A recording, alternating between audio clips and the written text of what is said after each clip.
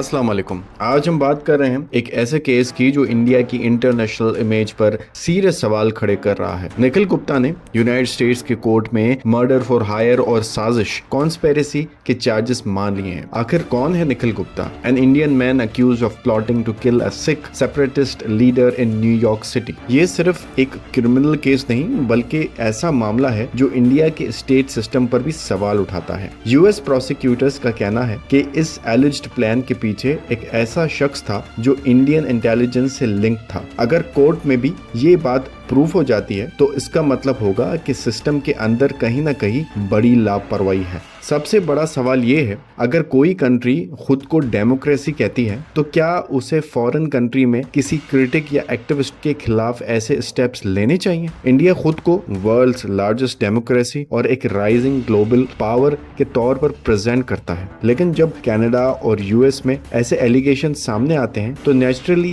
Global trust पर भी असर पड़ता है। एक रिस्पॉन्सिबल कंट्री से उम्मीद होती है कि वो अपने क्रिटिक्स को लीगल और पॉलिटिकल तरीके से डील करे, न कि क्रॉस बॉर्डर प्रेशर या वायलेंस के जरिए। इस केस ने इंडिया, यूएस और कनाडा के रिलेशंस को भी अफेक्ट किया है। अब सीधा सवाल इंडियन गवर्नमेंट से ये है, क्या प्रॉपर इन्वेस्टिगेशन होगी? क्या अकाउंटेबिलिटी होगी? अगर ये किसी रॉग एलिमेंट का नाम था तो उसे इतनी फ्रीडम कैसे मिली? और अगर पॉलिसी लेवल पर अप्रूवल था तो फिर ये और भी सीरियस बात है। इंटरनेशनल लॉ तभी स्ट्रांग रहता है जब सब कंट्रीज उसकी रिस्पेक्ट करें, खास करके वो जो डेमोक्रेसी की बात करते हैं।